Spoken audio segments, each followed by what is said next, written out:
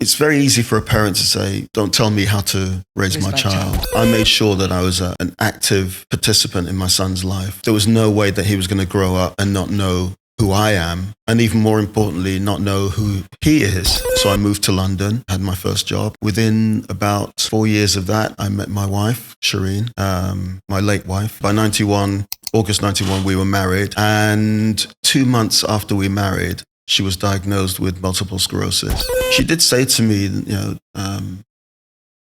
you don't have to stay with me. And I said, no, that's... So sorry. I'll take a minute. Echoes of our community. Hello, welcome to Echoes of Our Community. Dare I say Happy New Year? How are you settling into 2026? But whatever it is, you're welcome back to this podcast, Echoes of Our Community. For those of you that might be watching or seeing this podcast for the first time, Echoes of Our Community is a platform where we look at subjects, where we get people from our community, dads, moms, professionals, leaders, young people that come and share their stories. The reason why we call it echoes is because we are echoing what people might not necessarily say. We are echoing what people are thinking but not talking about.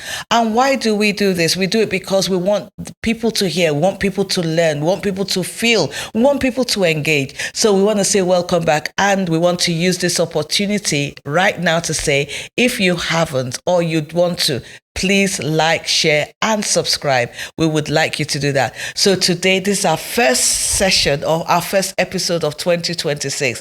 And today, I am inviting a young man. And I say young in quote because the way you said it, I'm just going to tell you a bit about himself. He is somebody that I got to know and I respect a great deal because he's a father, he's a dad, he's a male figure, a role model because of the story he's going to share with us at this point in time. And when I heard his story then, sometime last year, it really touched me, and I felt that we need to hear this, we need to learn from it, we need to engage with it. And I want you to join me to welcome Elston today as he talks with us, and it is about him. As many of you know, the stories we talk about, they are about, I love my dads, I love parents, I'm an advocate for the male in the community. So today I am quite excited about what we're going to listen to. So welcome, Elston. Hello. How are you? I'm okay, thank you. Yeah. I think that introduction was a little bit, for me, a bit uncomfortable, but Tell me why you felt it so uncomfortable. I suppose because I'm just doing what I have to do. Life isn't always going to follow you. They give you a following wind, and sometimes things go against you. Sometimes there are obstacles in your way and things like that. But if you make your mind up, and I have, as you'll hear, if you make your mind up, then those obstacles, you'll overcome them. It all depends on what it is you're trying to do. That's true. I hear you, but even from what you've just said now, I think it's a good introduction to give. But anyway, let's start. So, Elston, your name is a unique name. How did you get that name? And just tell you where you're from originally, and then and let's tell us about yourself. Okay, so the name itself came from my mom. She was Jamaican. My father's Jamaican as well. And anything with T-O-N at the end, Winston, Carlton. Oh, do you know, I never thought about it like that. I have a friend called, I have a Winston. I have quite a few of them. So there are a few around, but you're right. Elston's fairly rare. I was born and raised in Manchester in the early 1960s. I grew up with my younger brother and sister. Mum and dad were they did everything they could for all of us. After education, so I was educated in Coventry at H&D level, but I don't know if you needed to know that. Yeah, that's what, yeah. But after I left Coventry, went back to Manchester for a while, and then moved to London for my career. I wanted to do something that was different, something that was exciting. And at the time, technology was the thing. PCs So when you said at the time, so did it all come together? 80s. Did you like it, and then it was the trending thing? Or? I liked it, and it became the trending thing. And in the early 80s, you would hear people like Bill Gates and Steve Jobs and so on saying they wanted a PC in every home on every desk and so on. And I thought, yeah, I want to be a part of that. So I moved to London and had my first job. Within about 4 years of that, I met my wife, Shireen, my late wife. And that's the start of the story that interesting, that led to where we are now. Let's talk about, so sorry to hear about that, and my condolences, because I know that no matter how far or how near we lose somebody, a loss is always a loss, and you will still think about that. Would you like to talk us through about, your journey with her? Okay, yes.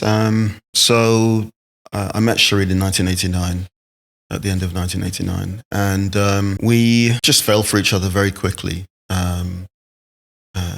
What a love story.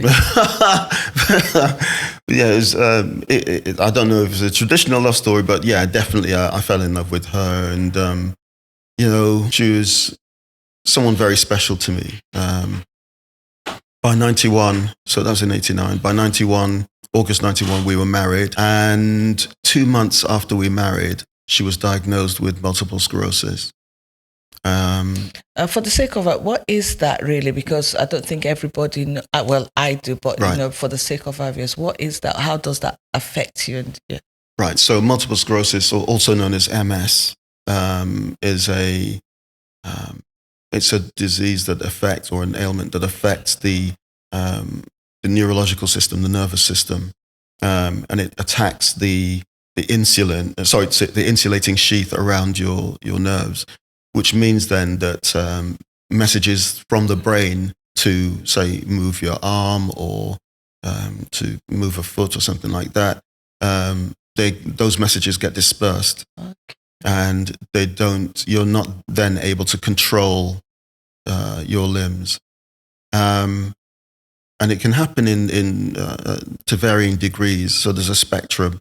At one end, there's what's called relapsing remitting MS, where someone might be affected for short periods where they get fatigued easily, they can't move or do things that they want to do, but they come out of it again. So that's the remission. Yeah. So relapsing remitting. At the other end is what's called the primary progressive version, where your health essentially just falls off a cliff, and you never recover. So was that what happened to Shireen? And that's what that was the version that Shireen had. And so she was diagnosed in October 91, but by mid 94 she was effectively paralyzed from the neck down, and we didn't understand what was going to happen at all. The neurologist who gave us the diagnosis didn't really tell us how it was going to affect us or anything like that. But we. Why do you think that was? What kind of? Because sometimes, especially on programs like this, we'd like to dig in, because how much of support did you really get from that?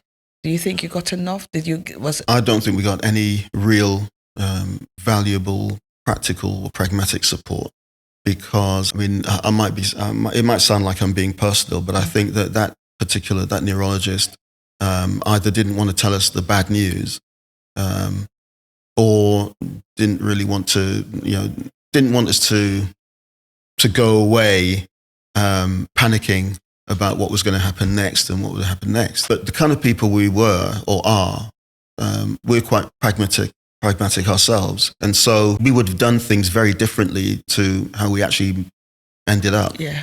So one of the first things we did was to go and buy a home together. We would have gone straight for something like a bungalow, which could have used, given wheelchair access and so on. We ended up doing that, but the first house we bought had stairs. We wouldn't have done that, for example.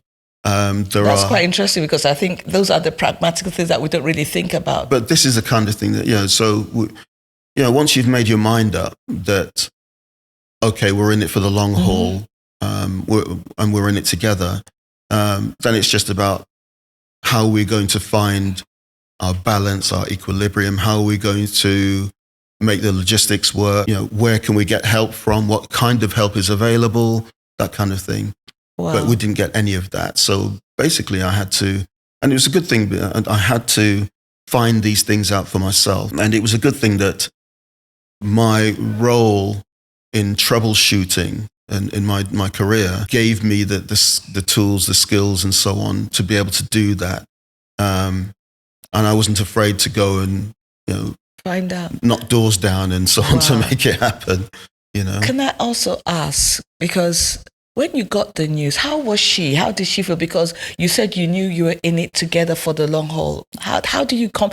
Because sometimes it's like, no, she might say, we're not staying married anymore. Or you might say, how was that dynamic situation? How was that with you? Okay, so at first, when we had the news, remember the neurologist didn't give it to us straight. He just said, you have a demyelinating disease. That's what he said. He didn't say you have MS. He didn't say that you're not going to be able to walk in a few years' time. So we just thought, okay, whatever it is, we'll just get on with it. Mm-hmm. Once Shireen realized what, in terms of how life was going to be for her and for us as a couple or as a family, she did say to me, you don't have to stay with me. Mm-hmm. And I said, no, that's... So sorry. I'll take a minute. Yeah, she said that. So I just said, no, there's no... It's okay. Just take a minute. Yeah. Wow. I thought, I think those days are gone, and they're not going to kind of hit you just as strongly as they did, still do. But it's some of it is as real now as it was, as if it was yesterday. Excuse me a moment. That's okay.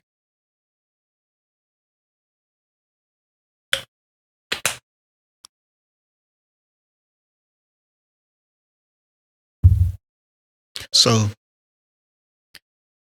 I said, no, we're in this together, and we'll find a way to make it work. And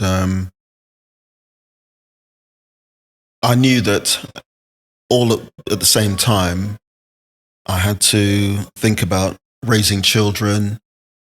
And you had children within this time as well. We already had, yeah. So, but we had 3 girls by the end of '96. In fact, our third daughter, Elise, when she was born, Shireen by that time was not able to hold her or anything like that. So Elise grew up with never being carried or held by her mum. And, things like that, you children and other adults take for granted, But I always wondered what it was like for Shireen not to be able to hold her own baby, By that time, we had carers coming in during the day to help with feeding and things like that. But all they would do, essentially, is, apart from making sure that Elise and Shireen were comfortable, they would just put Elise right next to her, and she would have to find her own way, and that kind of thing. She'll crawl and whatever she had to do, and I said to Shireen, either she's going to end up as timid as a mouse or as strong as an ox, and she's not timid, Elise. She's not. No, not at all. None of our daughters. They're all very strong, very compassionate and loving. They all grew up knowing that their mother there was something about her. And she remained the hub, the center of the family. Oh. And I can't say another word without mentioning her mum, because Shireen grew up with her mother. She didn't. Her father didn't grow up. Wasn't with them. And her mum when she heard that and realized that Shireen was going to have these health issues, she sold up her flat in South Kensington and came to live near us. Wow. She moved onto the same road that we were on, just so that she could help.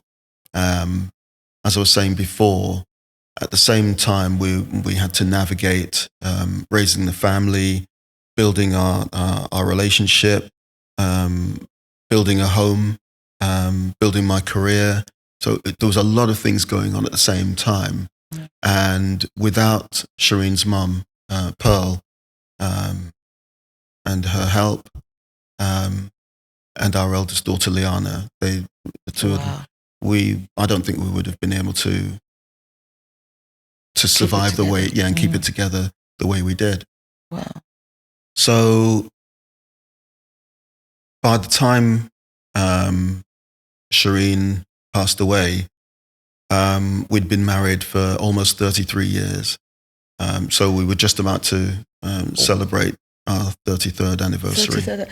So, because when you started this story, you got married in 91, and 2 months after you got the diagnosis that... So 90, August 91, we married. October 91, diagnosis. Mid 94, paralyzed from the neck down. Our youngest daughter was born in 96. And Shireen had to have 24/7 care after that. And in the evenings and weekends, when I wasn't working and so on, the family took care of Shireen. And during the days when I worked, even though I worked from home, carers would come in and care for her. And that's how we managed to build our equilibrium. Wow. I want to say thank you for sharing this story. And I know it must be very hard for you, but I think it was something worth hearing, because a lot of times men don't, they know the typical thing that we don't share emotions, and people look at men that, they're hard, they don't stay around. And I thought it was important to listen, for people to hear this, because there are people like you, and there still are that, and we need to give credit to where credit is due, and well done and I believe your children are very proud of you as well. I'm proud of them too. How do your daughters look at you? How do they? Well, it wasn't all plain sailing. There had been issues as well. They fundamentally, my daughters love me as I love them. And right. So partway through, I think it was about 16 years in. So Shireen had been receiving care for about that long. So around 2011, 2012, around that time, I ended up having an affair with one of the carers, which it's not something that I'm proud of, but it happens. And that's how my son came about. Oh. So he's absolutely the baby of the family. He's the baby, a handsome young man. I have to say, handsome man. I hope he doesn't get into trouble with all the girls. But anyway, we'll talk about that. I will talk to him about that. So there was some complications there. Obviously, there were issues with my wife and so on, and but she always knew that underneath it all, I still, that my commitment to her and my dedication is still strong, because I didn't go anywhere. I was never going to go anywhere. And after a number of years, I made sure that I was an active participant in my son's life. There was no way that he was going to grow up and not know who I am, and even more importantly, not know who he is. So despite the circumstances of his birth, I always made him aware how much I love him. I always made him a part of the bigger family. Absolutely. So My daughters, they get on with him very well. You know, they'll include him in parties and presents and all that kind of stuff. Do they pamper him? They do. They do.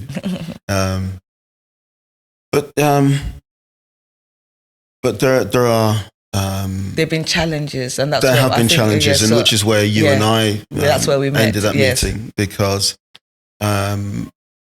once my son started at secondary school, there have been issues, and I won't go into the details of them because I don't think that it's appropriate or fair.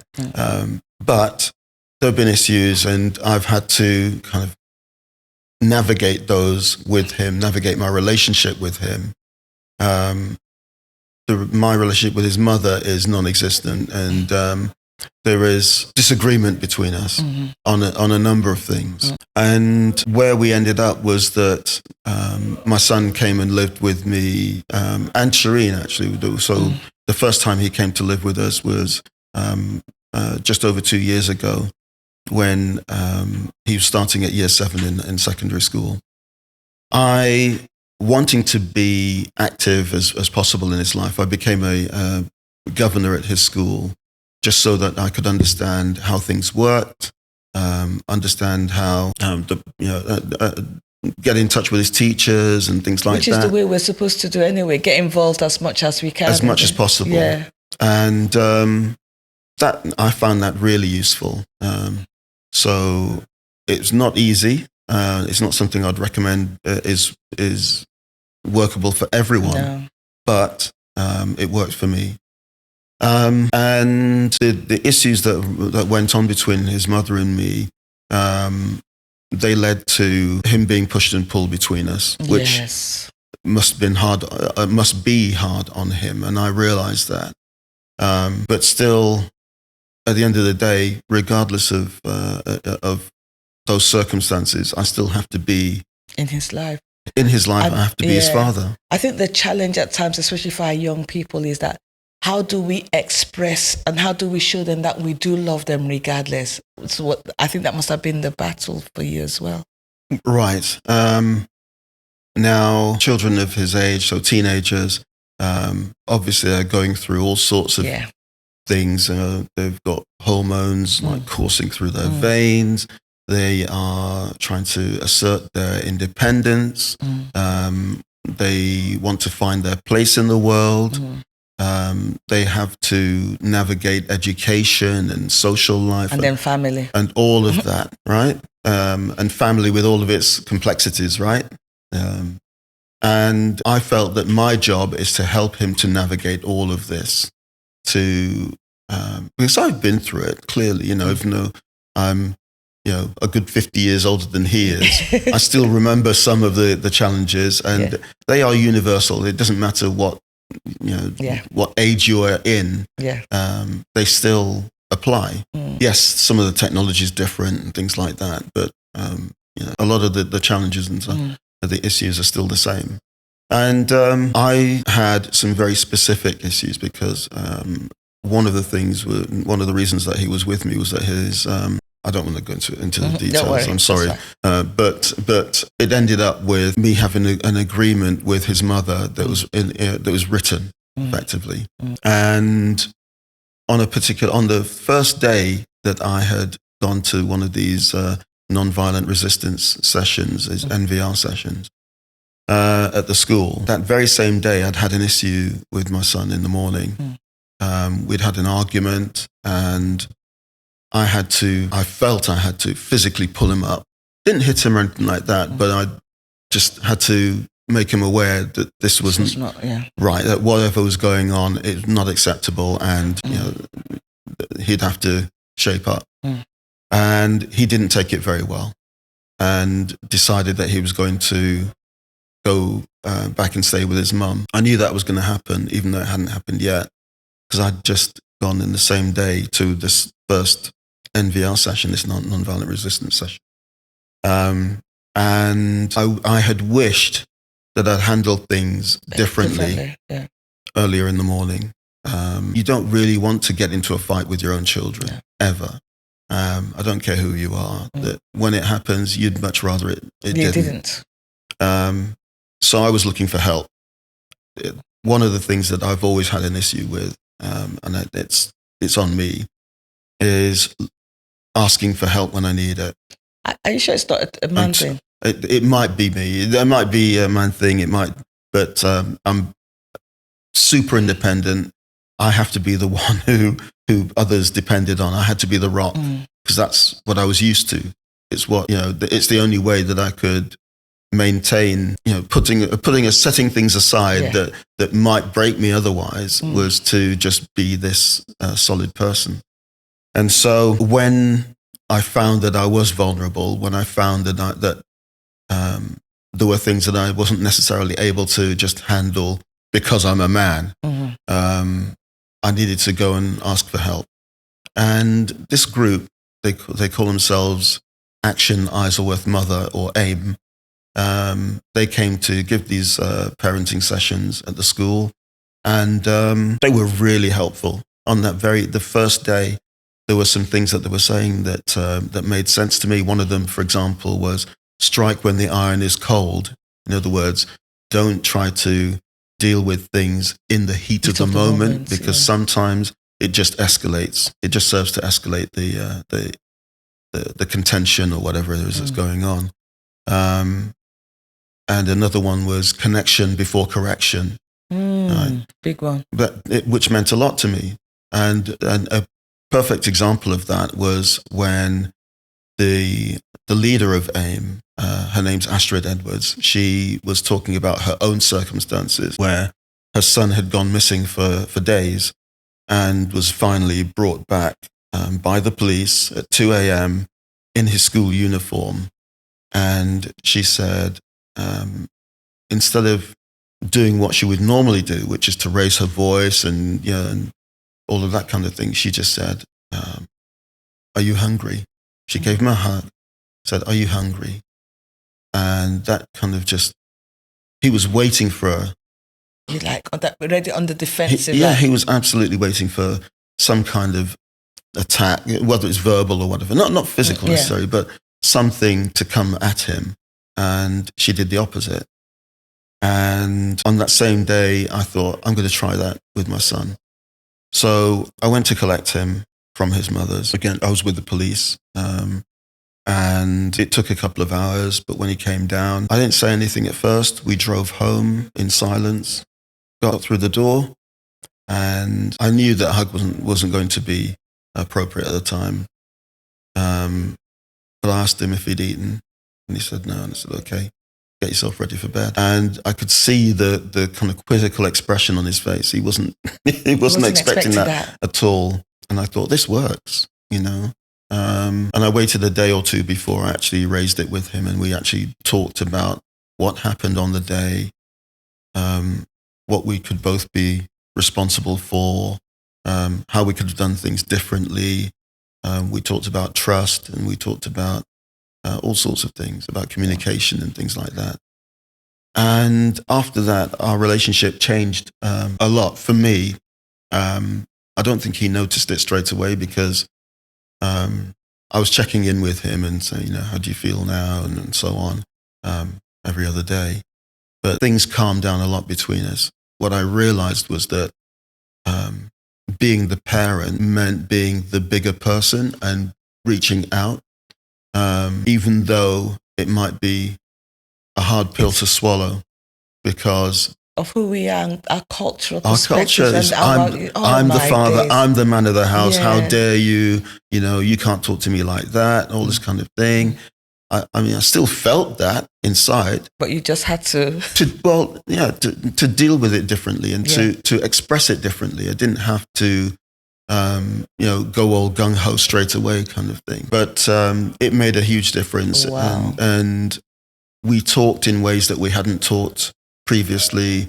We said things that we hadn't said previously, and that was the start for me of something that was going to be a growth and a progression in the relationship. Fantastic. This is so good. So I'll give you another example was because of the things that had been said to him, I felt that he had and still has to some extent, trust issues with me.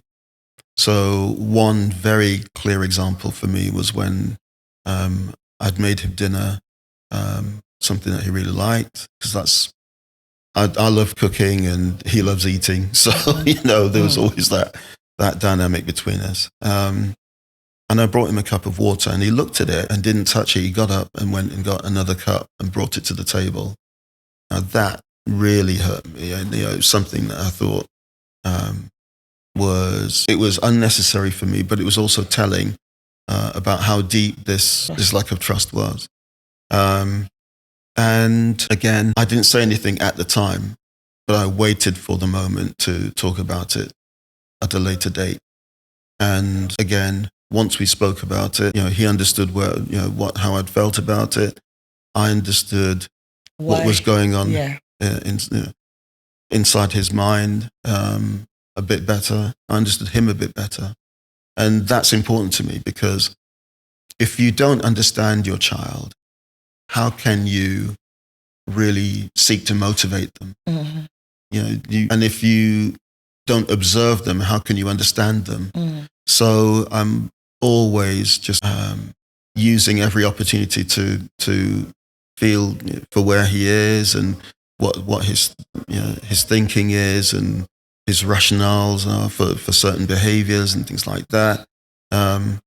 Sometimes as well, I still pull him up. But, of course, your dad, isn't it? Right, but so I'm not one of these laissez-faire kind of parents. But what I have got the tools now to do is to balance that with asking questions, with feeling rather than doing and saying sometimes, things like that. And it's, for me, it's worked. We have, I feel, a more open relationship, a better relationship.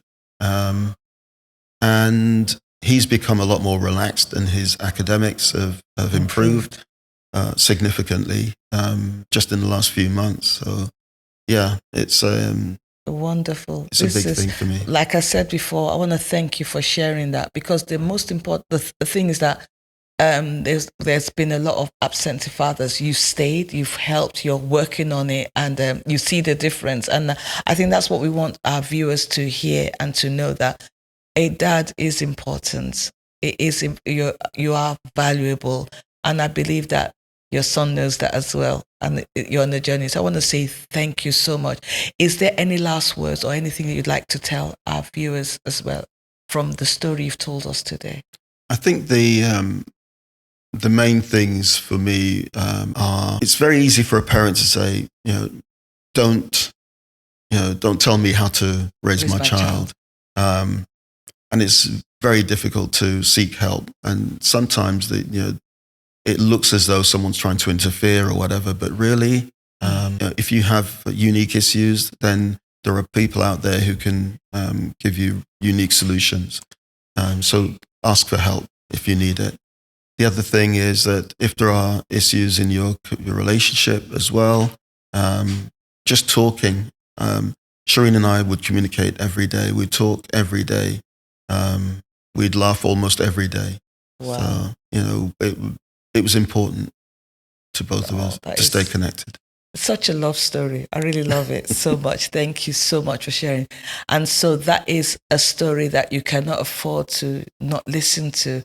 So I want to say thank you to Elston on this podcast, our first for 2026. And if you've watched it, we'd like to hear back from you. What is your story?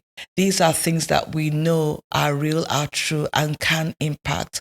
Somebody out there needs to be supported. Somebody out there needs to be heard. Somebody out there needs to be listened to.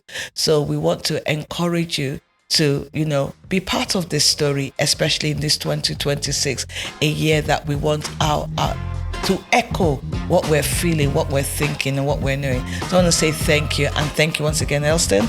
I'll see you next time on Echoes of Our Community.